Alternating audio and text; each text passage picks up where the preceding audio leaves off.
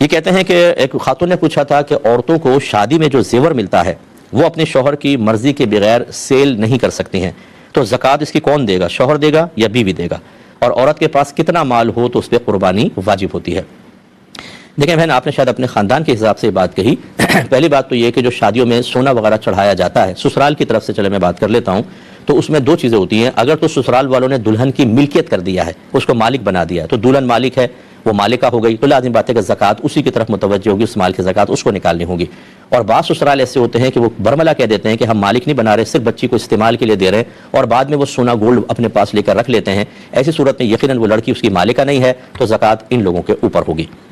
دوسری بات یہ ہے کہ جب بچی کو دیا جاتا ہے تو شوہر کی مرضی کے بغیر سیل نہیں کر سکتی۔ یہ آپ کے گھر کے اندر ہوتا ہوگا، ہمارے گھر کے اندر تو ہمارے خاندان میں ایسا نہیں ہے۔ عورت جب مالکہ ہو گئی، وہ چاہے تو اس کو بیچے، چاہے کسی کو تحفہ دے، وہ جب مالکہ ہے تو کون روک سکتا ہے؟ شوہر بھی نہیں روک سکتا، اس کو منع نہیں کر سکتا۔ آپ کے یہاں اگر کرتے ہیں تو الگ بات ہے۔ فرض کر لیں کہ آپ کو مالک بنا دیا اور شوہر بیچنے سے منع کر رہا ہے، تو آپ ہی مالکہ رہیں گی اور زکوٰۃ آپ ہی پہ بنے گی، شوہر پہ نہیں بنے گی۔ آپ ہی کو اس کا حساب و کتاب کر کے پھر زکوٰۃ ادا کرنی ہوگی۔ اور زکوٰۃ کے مسائل کے لیے آپ یوٹیوب پہ جا کے لکھیں زکوٰۃ کے مسائل بائی مفتی اکمل، تو آپ کو ایئر وائی کیو ٹی وی کے بہت ساری ایسی کلپس وغیرہ مل جائیں گی جس سے آپ زکوٰۃ کے مسائل سمجھنے پر قادر ہوں گی۔